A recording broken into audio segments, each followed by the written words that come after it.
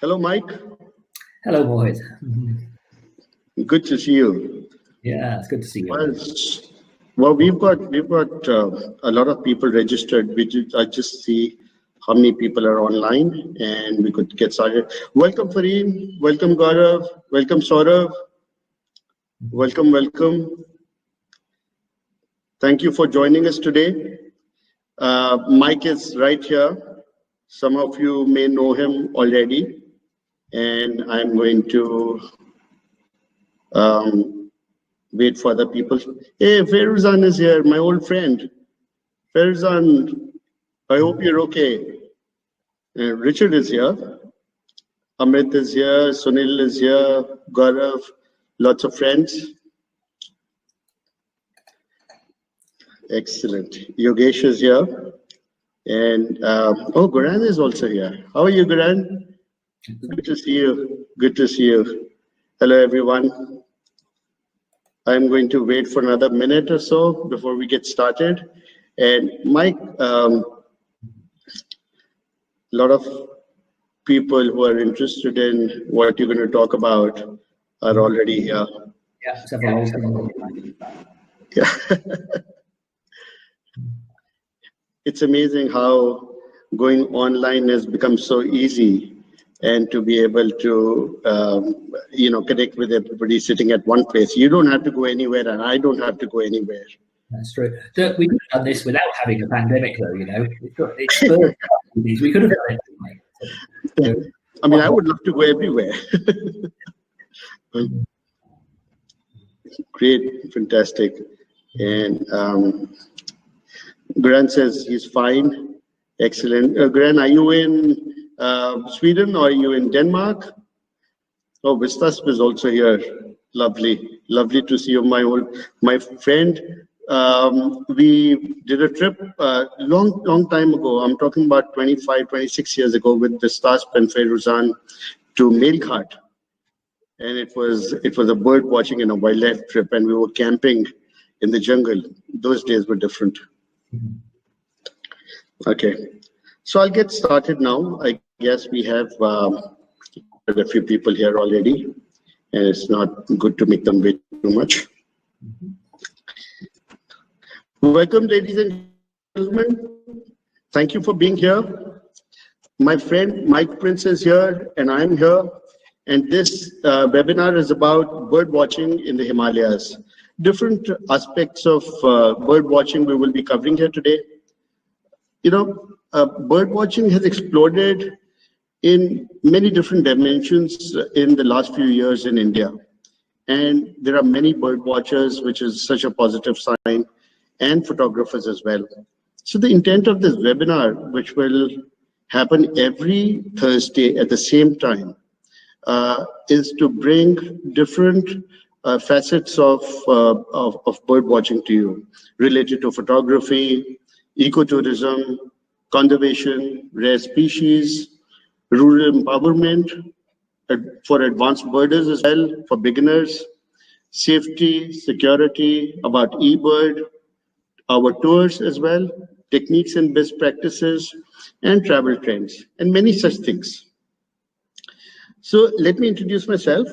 I am Mohit Agarwal, blessed with 4 children, a son and a daughter, and 2 non-humans. So one is a Labrador, and one is an escapee African grey. He landed at a friend's office, and then he didn't know where to send him to, so he brought him here. He's probably got some karmic connection with me, I guess. I'm a follower of Shiva, that which is not. Professionally, I am an experiential ecotourism specialist with deep love for nature. I help people travel to some wonderful places in Asia. I'm the founder of Asian Adventures, a 26-year-old travel company. It is the largest and #1 bird watching tour company in India. The company is on a large mission to help Asian elephants with their corridors, free the Himalayas of plastic waste, and help small wildlife NGOs, and save the ancient Himalayan temples and shrines. Now about Mike. You know, ever since his childhood birding in England, Mike has been fascinated with watching birds and recording and documenting bird sightings. Mike lived in Delhi in the early 2000s and was very active member of Delhi Bird Club, a contributor to the Atlas of Birds of Delhi and Haryana. After he moved to Bangalore, he soon got interested in exploring seldom visited sites, which he still does actually. He worked for Bird Count India to help promote Indian birding and especially high quality data recording. He's an eBird reviewer for India. I don't know how many people know about that, but he's the eBird reviewer for India. His interest in bird recording and migration led to a short-term assignment running the BTO's bird track program, which he did secretly from India before they were able to recruit a UK-based replacement. Each week he would check the BBC weather pages to find out what the weather had been like in Britain, so he could write an article discussing recent bird occurrences. So that's about Mike. Mike, so over to you. Okay, thank you, Mark. Yeah. The only thing I think I'd add to that is at the moment I'm a little bit of a frustrated helping people around the country, but of course we're a little bit locked down from that point of view now. But anyway, we can show you a few of the birds virtually. So I think we'll go straight in so that you don't have to look at me. You can look at some birds, or you can look at me as well. But what we wanted to talk about today was Himalayan birds. I think the variety, the birding in the Himalayas is just fantastic. If anyone who's done it before, you can't tire of going again and again. There's actually, I think, something like nearly 10% of the world's birds can be found in the Himalayas. It's close to 1,000 species, I think, altogether. And I think one of the fun things about birdwatching there is you can never see all your target species in the area. The diversity is so high that you always miss quite a lot of birds, which always gives you a good reason to go back anyway. So it's a pretty spectacular place to be for a start, but what about the birds? So before I ever came to India, I had a work trip to India, and I hurriedly went out to buy a field guide, which back in the mid-90s wasn't very easy. So I ended up with this one, which many of you might know. It's Salim Ali's pictorial guide. And although my first trip was a work trip to South India, I remember looking at this plate on the left in particular, and looking at all these birds and thinking, wow, look at that. You get birds like that in India. And of course, these are all Himalayan birds. And it just seemed the most amazing place that I need to go birding into, somewhere where all the birds are this colourful.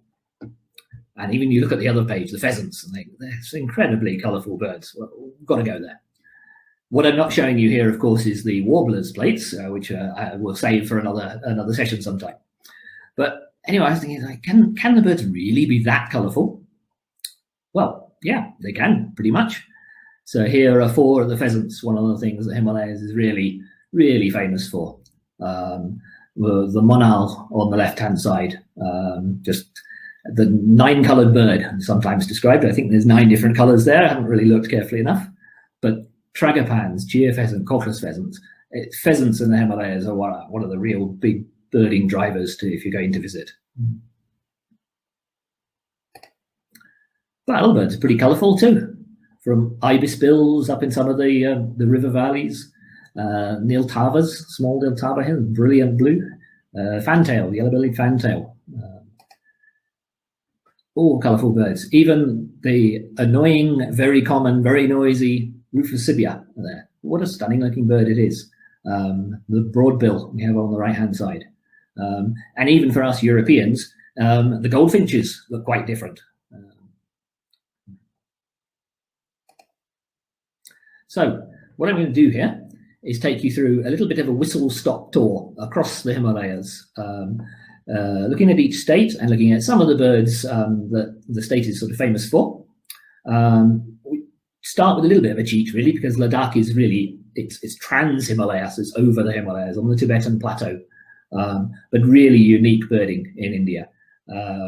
If you've done some places in the Himalayas, you go to Ladakh, the landscape is stark, the birds are there are lots of birds, but there's some unique birds, and it's a really incredible experience in India. June to August is typically when people go. A lot of breeding birds present, some summer migrants coming through also.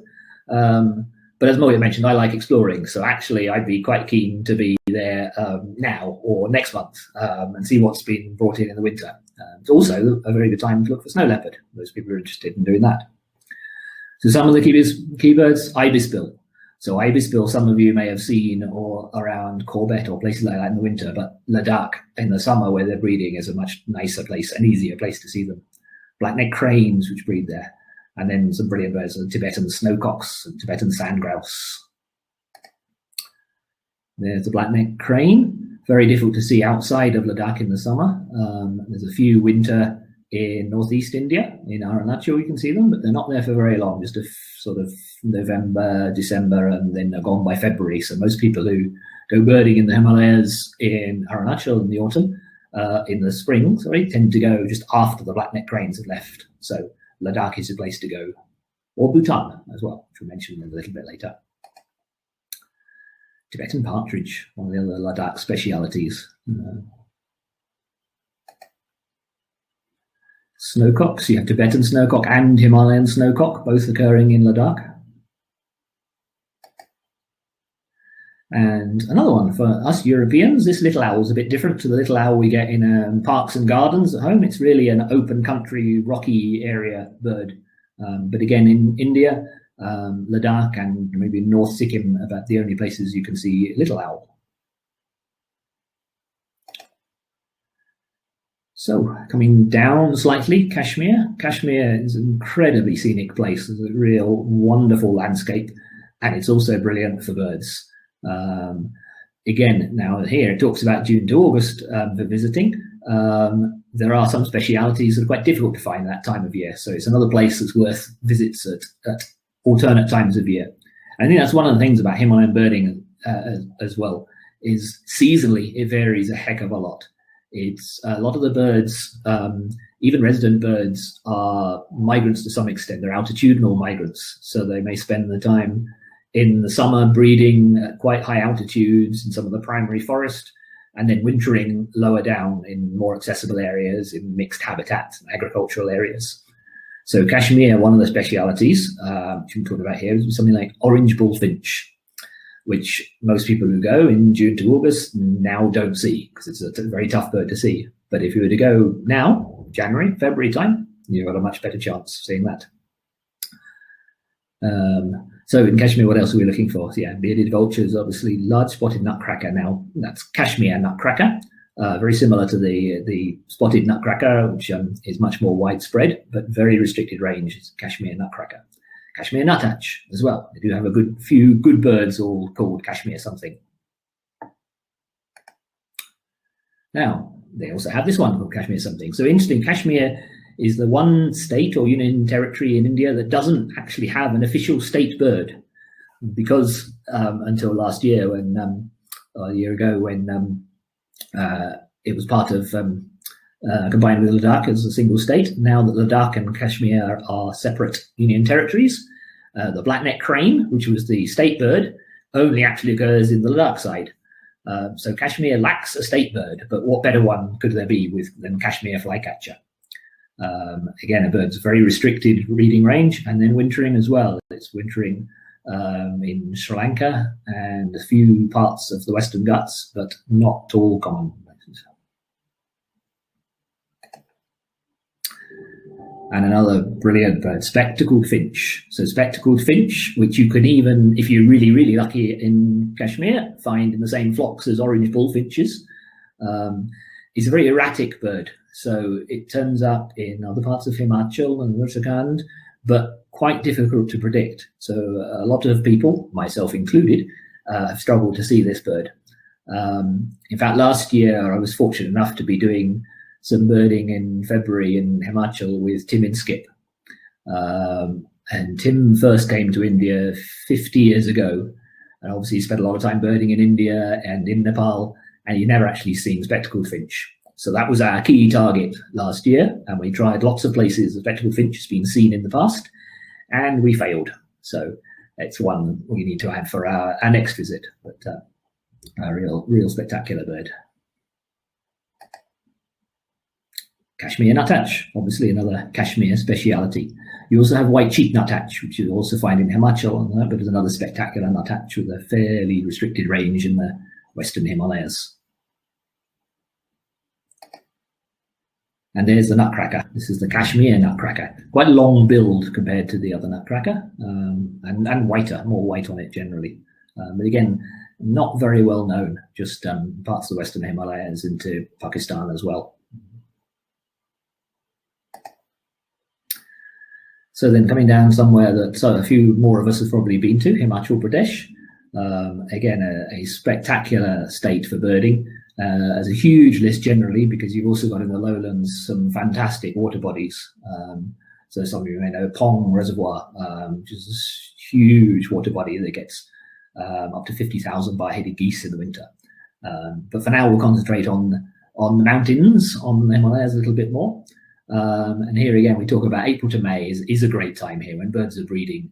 But actually, all through the year, at least from sort of October through to like May time, can have some spectacular birding.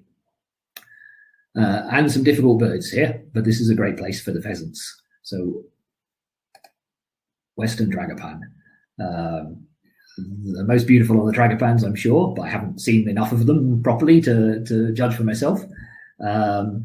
It's the state bird of Himachal Pradesh. Its local name is Jujurana, which actually translates as King of the Birds. It's very difficult to see. So if you want to see Western Tragopan, you really have to go in April or May when they're breeding. You have to trek a little bit to get up the areas they are, and you generally have to get up very early in the morning to trek up to the hills where there's calling, and with a bit of luck, you can see them. So we should have been there in early May last year, but unfortunately that was cancelled. So we're hoping that we'll get there again this year and have a chance to see Western Tragopan. Very few photographs of this bird until the last few years. Not many people have seen it in the wild. Suffered a lot from poaching, particularly in Pakistan, where they also occur. And in India, actually, there's a place not far from Shimla, at Saran, where they have a pheasantry. And they captive breed some Tragopans. They've been doing with some success, and I think last year they released their first ones back into the wild. So hopefully that'll have a little bit more success in the future. One of the other pheasants, a little bit more widespread, a little bit easier to see. You'll see this in Uttarakhand and various places as well, Kaklass Pheasant.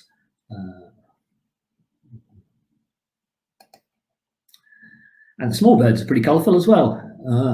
This is an aptly named black and yellow grosbeak, extremely similar to collared grosbeak, which also occurs in the same area. And usually you can't see the best feature to tell them apart, but this picture is rather nice because you can see on this bird black thighs just about showing there, and that's the best feature to be able to tell black and yellow grosbeak from collared grosbeak. And of course, in this area, rosefinches, lots and lots of rosefinches. Pink-browed is one of the commoner ones, but also one of the most spectacular ones.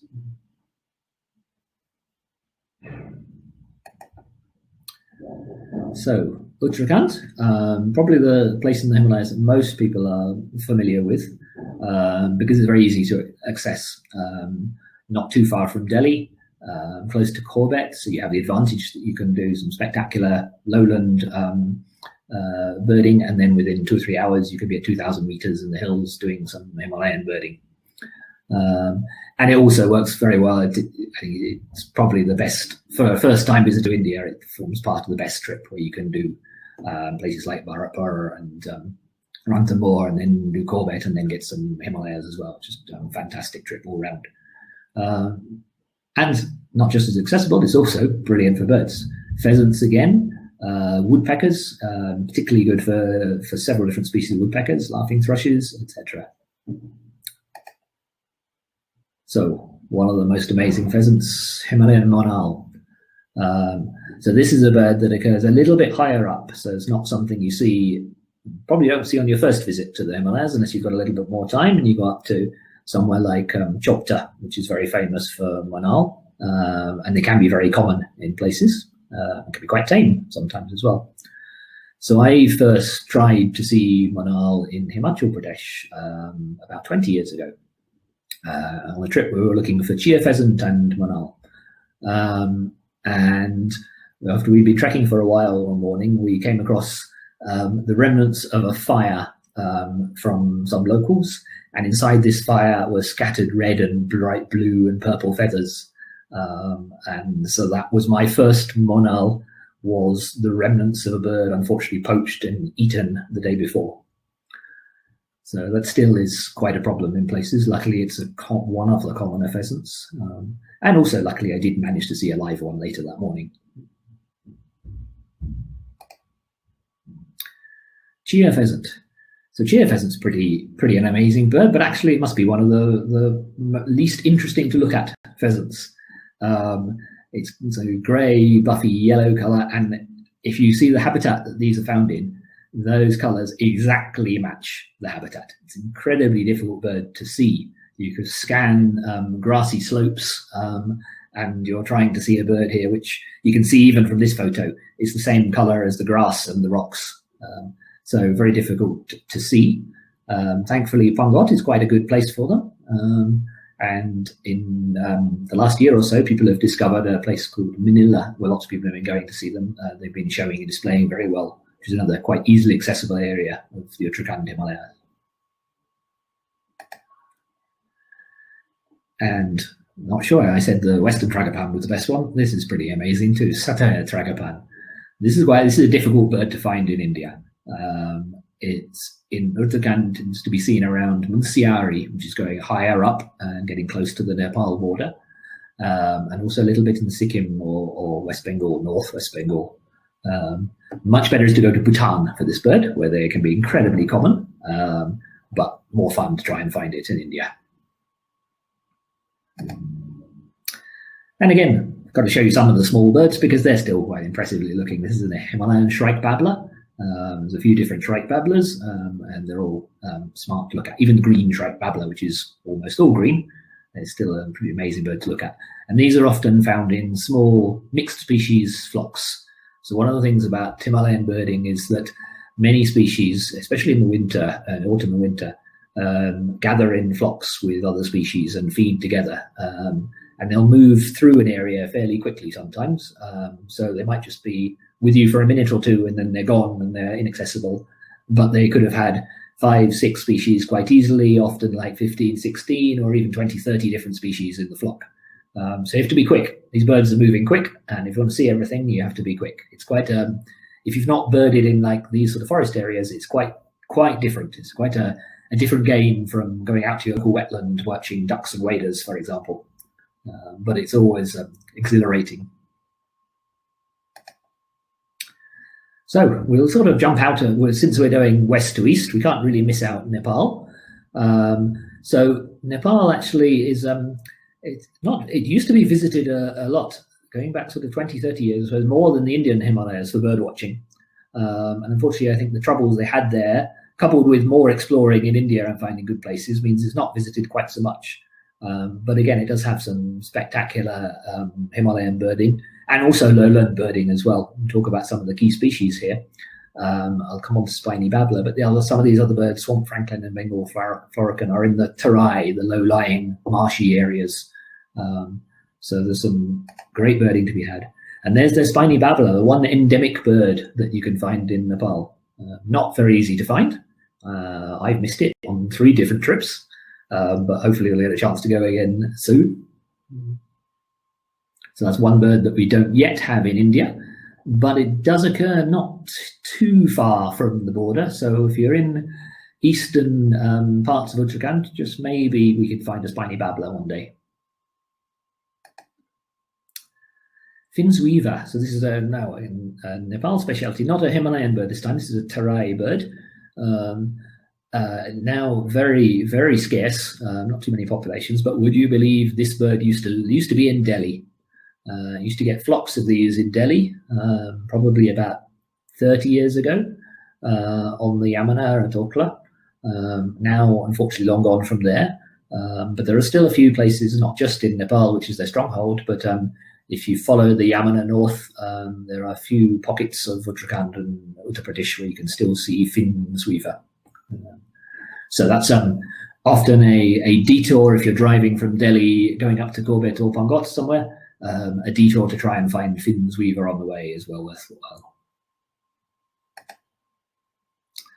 Sarus cranes in Terai, obviously not such a Himalayan bird, but another bird that's great for in Nepal, and similar habitat in Uttar Pradesh in India as well.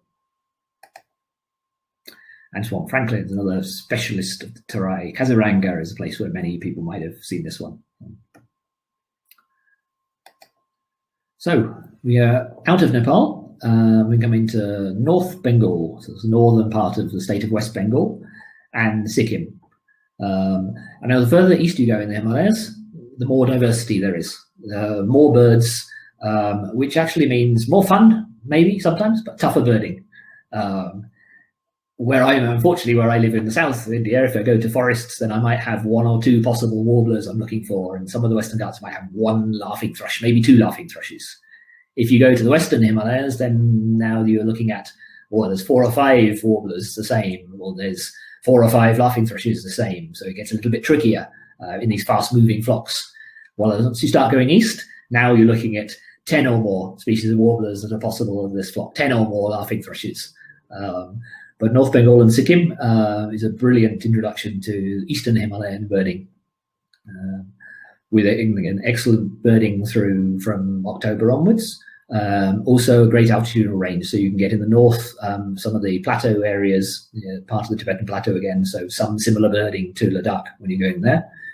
Also can be very good for some of the pheasants around, so blood pheasant as well as Satyr Tragopan that we mentioned.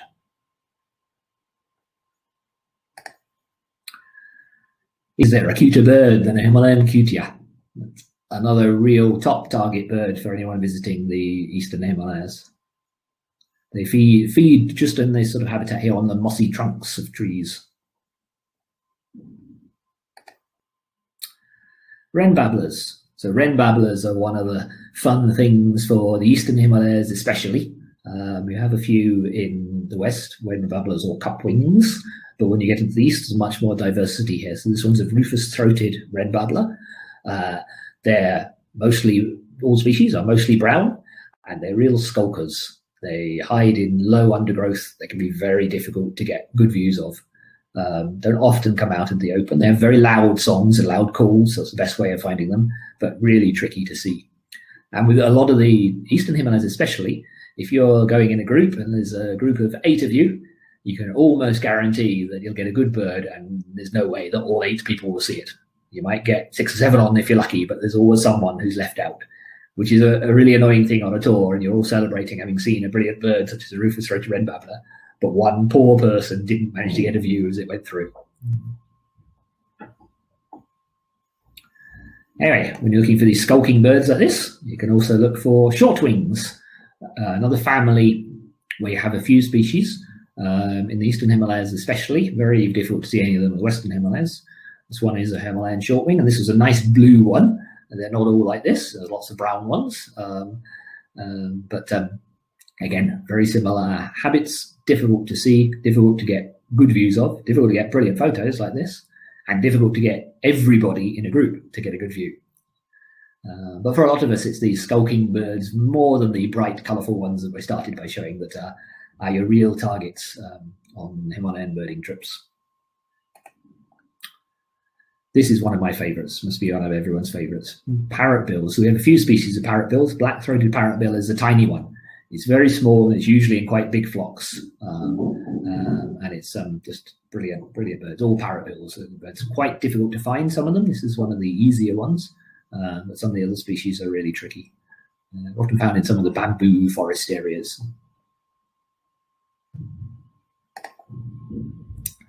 Fulvetters, so a lot of the small birds, it's not all warblers.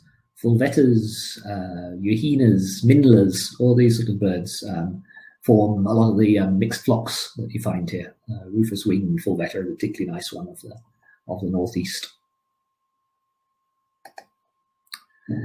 And then if you get up high, you get up to the snow line or even above the snow line, you can see one of the most amazing birds there is, the Grandala. This is a bird which is a bit like a starling, it's a bit like a thrush. I'm not sure people quite know taxonomically. It's considered a thrush at the moment, but its behavior is quite like starlings in ways, and you can see sometimes whirling flocks of these flocks of hundreds or even thousands of this brilliant electric blue color. So you imagine these against a snowy backdrop in North Sikkim sometime, and that is a real highlight of a birding trip there.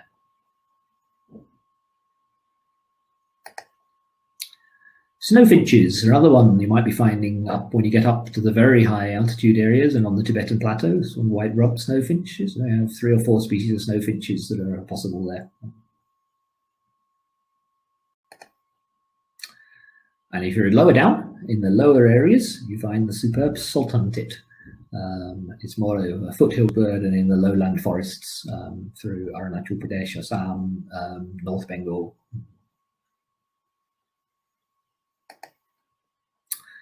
And here's another real difficult target bird, Cochoa, green Cochoa this.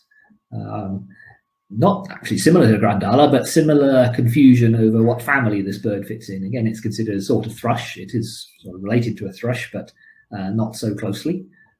This is green Cochoa. You also have a similar purple Cochoa, and they occur in the same places. So if you're lucky, particularly in parts of Arunachal Pradesh, you can actually find both Cochoas, but they're a real highlight bird of a trip. So worth mentioning Bhutan now as we still head further east. So Bhutan is incredibly forested. It's been well protected. The Buddhist culture sort of preaching coexistence with nature has been fantastic. So it's about 65% is still forest in Bhutan. Many of the birds you see in Bhutan are the same as you can see in the Indian eastern Himalayas, but can be more confiding in Bhutan. There's a lack of persecution, and unfortunately we've suffered from a lot of poaching, especially in the northeast. So just across the border in Bhutan, many birds are easier to see. It's a great trip. You can fly in and then come out overland, so you can go through the country from west to east and do a lot of different habitats. And there's several birds that are easy to see in Bhutan in India. White-bellied heron is an extremely endangered heron, which in India now is Namdapha is about the only place you can see it, and it's very tricky. Still a few more in Bhutan well worth seeing. And this is where black-necked cranes breed as well. So you don't go to Ladakh, go to Bhutan. So everyone I know who's been to Bhutan talks about how fantastic the birding is there. I'm yet to go, unfortunately, and I think we have mostly Indians on this call at the moment, so you have an advantage over me in that as a foreigner, Bhutan charged me more money to enter the country, quite a lot of money, in fact, compared to Indians. So for all the Indians on this call, put Bhutan on your list. You have to do it. Blood pheasant, really quite common in parts of Bhutan. In India, a little bit trickier to see. Parts of Sikkim can be good for it, parts of Arunachal, but it can occur in flocks of hundreds, or 100 or more in parts of Bhutan. Ibis bills, again, good in Bhutan. Thankfully, we also have several opportunities of seeing them in the Indian Himalayas and in the lowlands in the winter, as I mentioned. Silvered Mesia, what a stunning bird that is. That's one of the birds I remembered from my plate in the pictorial guide from all those years ago. They're quite widespread into Southeast Asia as well.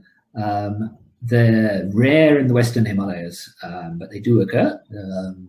So a friend had sent some nice photos from Corbett last week of silver-eared Mesias, but they're more common in Bhutan and parts of the more lowland areas of northeastern Indian Himalayas. Okay, and I've actually haven't been showing too many small warblers in this trip. We've concentrated on bigger, brighter, more colourful birds.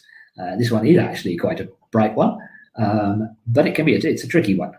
Green-crowned warbler, very similar to Whistler's warbler, and grey-crowned warbler, and grey-cheeked warbler, all extremely similar, all you can find in different parts of the northeast.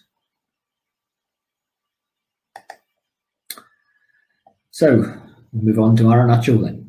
So Arunachal, again, now you move further east, the biodiversity has increased once again. So compared to North Bengal and Sikkim, we now have more birds.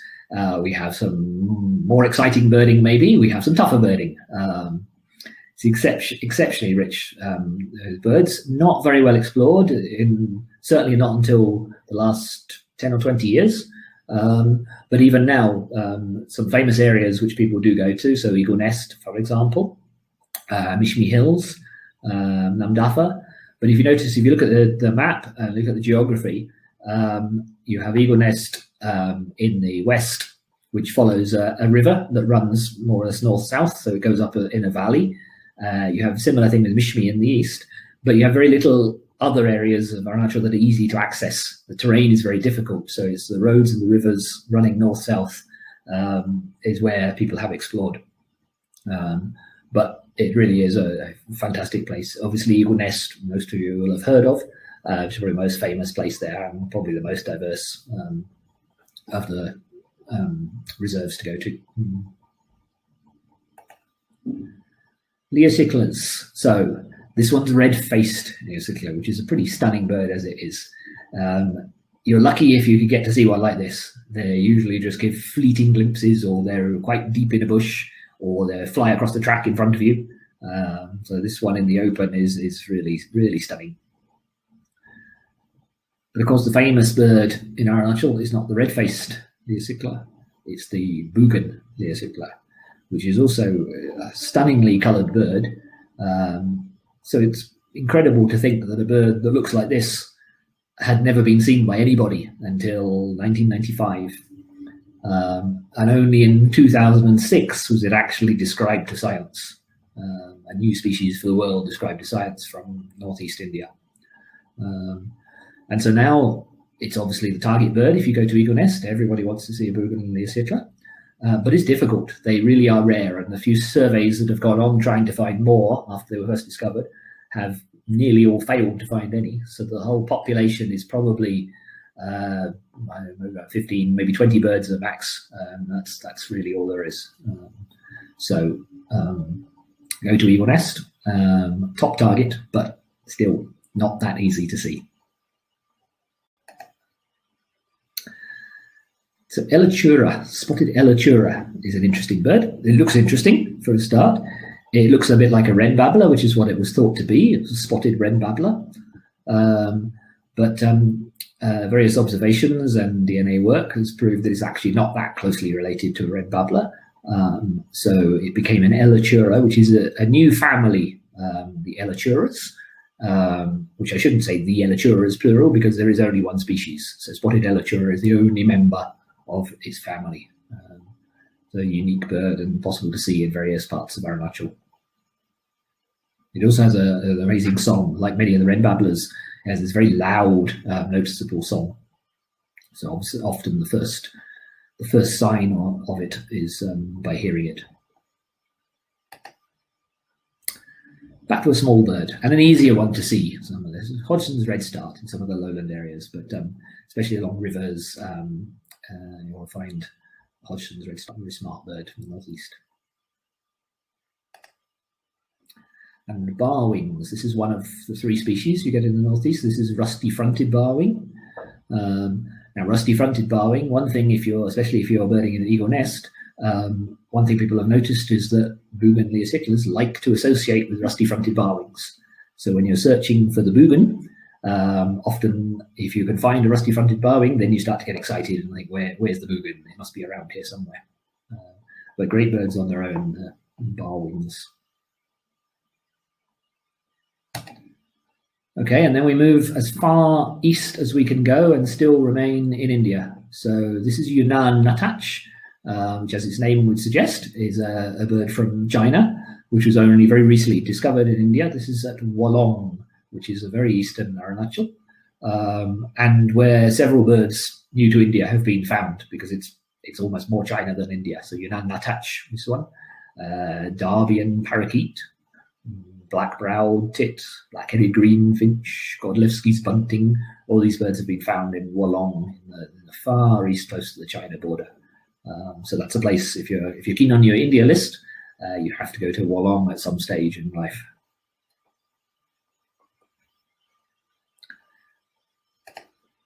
So that was about it. We've run from west to east. We've raced through the Himalayas. We've looked at the colourful birds. We've missed out most of the little boring brown ones, but included a few.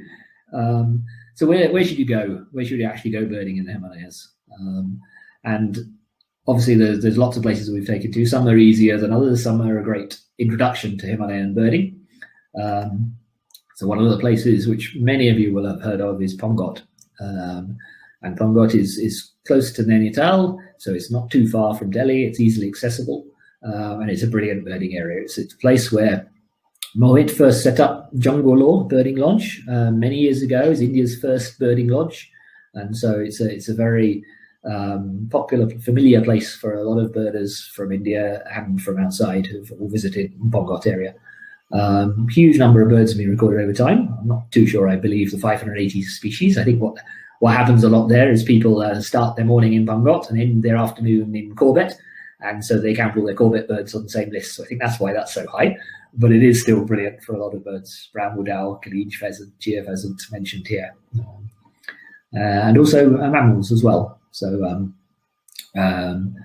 leopard. So in fact, when I was at Pongot in November, unfortunately, one of the dogs that lives around the lodge in Pongot, who's getting a bit old now, but unfortunately he got caught and killed by a leopard just a couple of days before we were there.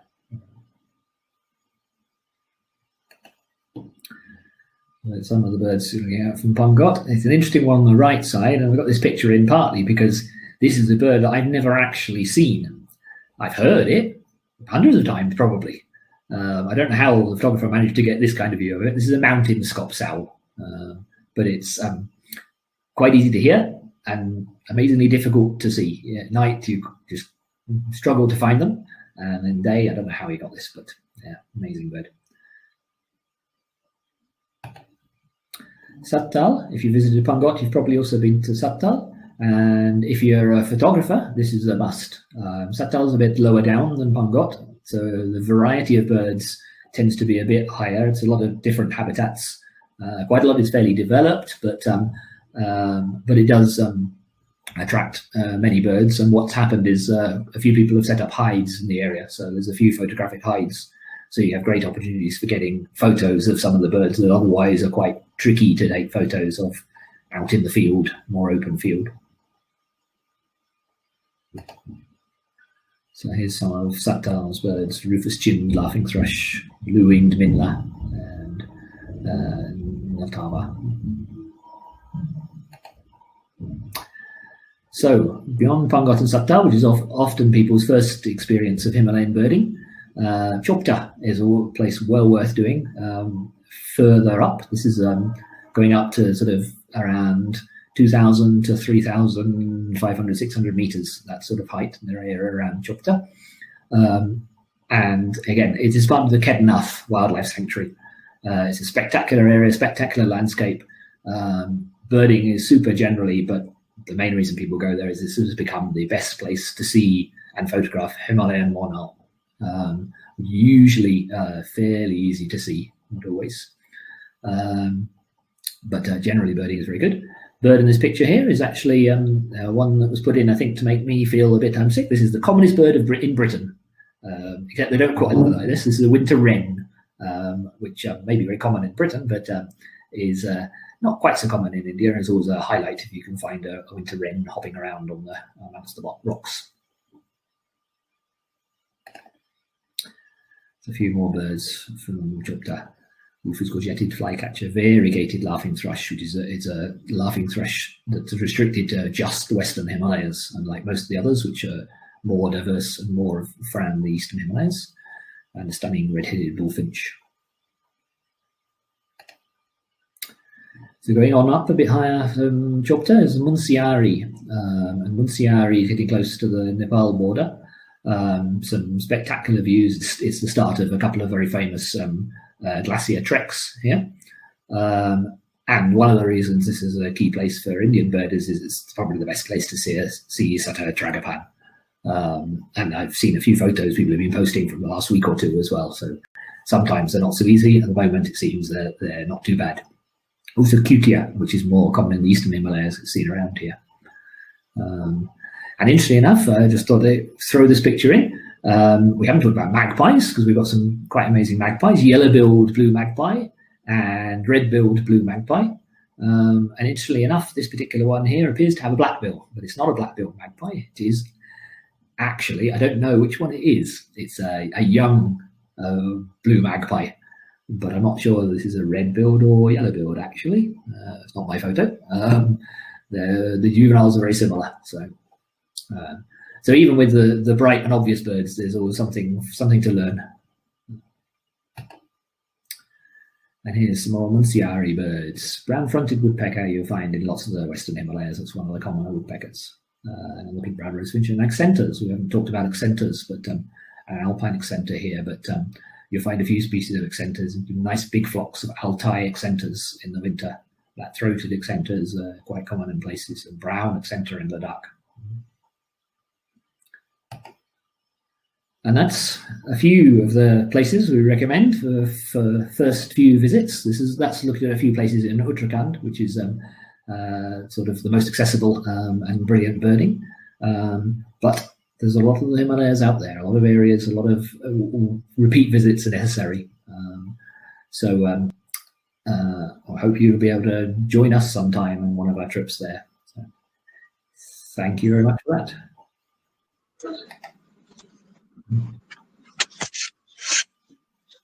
What a brilliant presentation. It was all a bit colourful, wasn't it? We were just sort of concentrating on the colourful, nice-looking birds. That's right. So, Mike, I want to thank each photographer, who let us use their photos, because it sensitizes people. It brings those dreams up for people.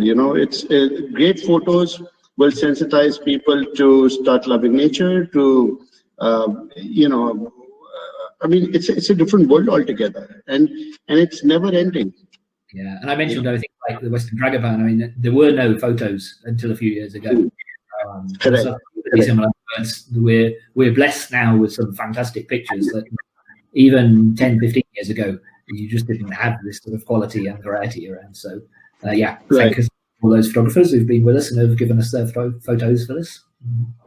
And that was a brilliant presentation. Mike, I'm going to, I know that some people might be in a hurry, so I'm going to share those files with them in the meantime. And I also invite people to ask you questions. In case if you've got questions, friends, do post them in the chat. And Mike, you keep an eye on the questions so that, you can answer if anybody is asking anything. In the meantime, let me share the files. Yeah. And then, friends, you can download these two files and use them. One is a bird watching report by Mike Prince for Chambal and Bharatpur. And next week, he will share the other reports as well. And there's also a Himalayan birding resource guide that you can use for your information as you go along. There's one question about Monal. Monal is found in Bhutan as well, and yes, it is. It is found in Bhutan, and I've seen pictures around some of the monasteries there of Monals being fed by the monks and coming to the hand to eat food. So I don't think we've quite got that anywhere in India yet, but yeah, another reason to visit Bhutan at some stage. Yeah. So when you talked about Nepal, Mike, it was very interesting because, whenever I'd go to the bird fair and I'd say that we take you to the Himalayas, so even now people say, okay, so which part of Nepal would you take us in? I said, take us to. I said Nepal, Himalayas exist in India as well, I said, Ajajan. So they can't associate India with the Himalayas, really, I remember when I was a child, the Himalayas, if you were in England, the Himalayas were Nepal. That's what people thought of. And a lot of birding trips were done. There's a lot of reports written. This is all pre-internet ages. So when people used to write reports and hand-draw maps and you used to photocopy them, you could write in and get them mailed to you. But yeah, from a lot of the treks and other areas in Nepal where people did their Himalayan birding. And what's interesting now is obviously we've opened up a bit in India and we've discovered places, we've been exploring a bit, and they've become much more accessible to us. But Nepal hasn't really picked up again, and I'm sure that their Himalayan birding must be fantastic. It always was. But these days there aren't so many people going and doing Himalayan birding in Nepal, so we should think of doing some more. Absolutely, absolutely. In fact, I have to tell you one little story.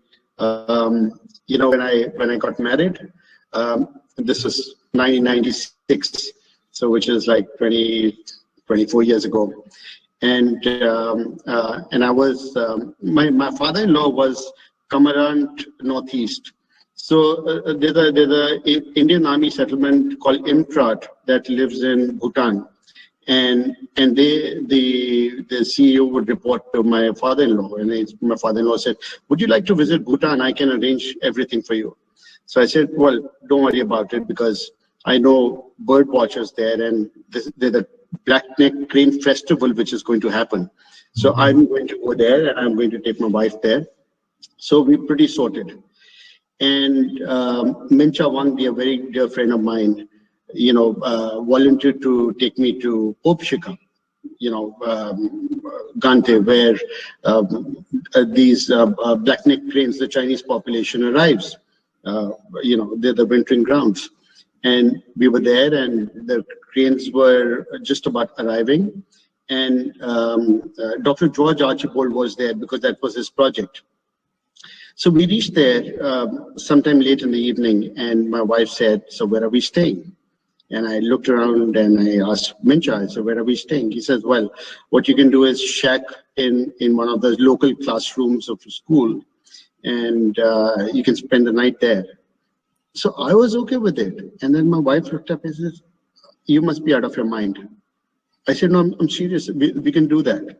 So they put up a little bonfire there, and she was miserable that night. Anyway, somehow 4 o'clock, all bird watchers got up, and I put all the quilts of those bird watchers on her, and I said, "You go to sleep, and I'll be back in no time." And then by the time I came back, it was 8 o'clock, and selfish birding husband, you know, was declared, was titled that. And then 8 o'clock, she was there eating breakfast with George Archibald, and says, "Hey, which is this large bird which is standing in front of me?"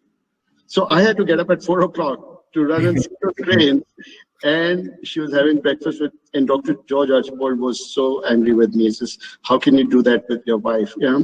So that night, the guest house where he was staying, you know, we got a suite to spend a couple of nights there. You know, so those are birding adventures that you know, non-birding spouse sort of has to go through. Yep. I've got those some other time maybe. So there are a lot of such stories. I realize no one can see pheasants, by the way, because I do have a couple of. I have a bit of a Himalayan birds up here. You couldn't see my t-shirt, so I have a monarch there. Yeah. I have a Himalayan woodpecker. Here I've got Tragopan just below, and then a few more birds from elsewhere in India. Fantastic. So friends, if you've got any questions to ask Mike, please feel free to put it in the chat, and Mike or I can answer those questions. I've also, Fareen, can you put the link here for people to join our community? Because as we go along, Mike and I will be doing many tours together to different places. You can join Mike for any of these tours to different parts of India, different parts of the Himalayas, and we'll keep sharing more information as we go along. Right now, things will come to a standstill because of two reasons. One is COVID, of course, and the other one is bird flu that, you know, the thing is going around, so we don't know what's going to happen. Anyway, so things will open up. It will never be like this all the time. So I suggest you click on the link that Farina just posted and sign up on any of the bird watching communities, either on Facebook or on WhatsApp, and we'll keep bringing this to you. Mike, next week, Thursday, and then the subsequent weeks, every Thursday, we're going to be doing this together, picking up one subject. So this time it was Himalayan birds. So next time we'll decide and we'll let people know. So friends, if you're interested in coming back for more of these sessions, do type Y. And if you found it interesting, we know that you're typing Y because you want to come back. So Y means yes. So so do type in the chat yes, so we know your intention is to come back and listen to more of these sessions. And be here. If anyone, I mean, you would obviously know we're not traveling as much as we like to be, but that doesn't mean we've got plenty of time for talking. So if anyone's thinking about trips they want to do in the future, wants to ask anything about places or suggestions, then feel free to contact either of us, and we can chat, because that's the best we can do. Is chatting about birds is always fun anyway, even if you can't be traveling everywhere. So Mike, I put your email ID as well, and mine is already there in the link which I posted. And I have also shared your trip report, which I guess people would have downloaded. And that has your contact as well. Right. So in November, also, of course, I did a trip to Pongot and Saptal and Corbett. So in the next few days, I'll send the trip report round for that as well. Talking about some of the birds that we saw, because we actually had a great time in November doing that. Fantastic. So we want to see all of you, coming back next week. And I'm telling you, it'll be more interesting. We'll bring out one subject of your interest, and we'll mull it over. We'll go into the depths as we go along. Luckily, we've got these channels like Zoom and Webinar Jam and many others that bring us all closer, sitting in the comfort of our houses and cozy beds, and still being able to interact with each other. Also, I think if anyone would, if there's anything people would like to hear us talk about, do send a message. Because if it's about particular birds, particular places, particular aspects of bird watching, like getting started, ethics, photography, we can talk about most things. So anything people would like to hear about, do send us some ideas. Yeah, and you can also co-present with us. There is no problem. This forum is yours, so no problem with that. You can come up and say you want to co-present, and we'd be happy to bring you on. And the more the merrier. Yeah. Great, friends. Thank you for being here. We love you all. See you next week. Thank you, everyone. Thank you for joining us.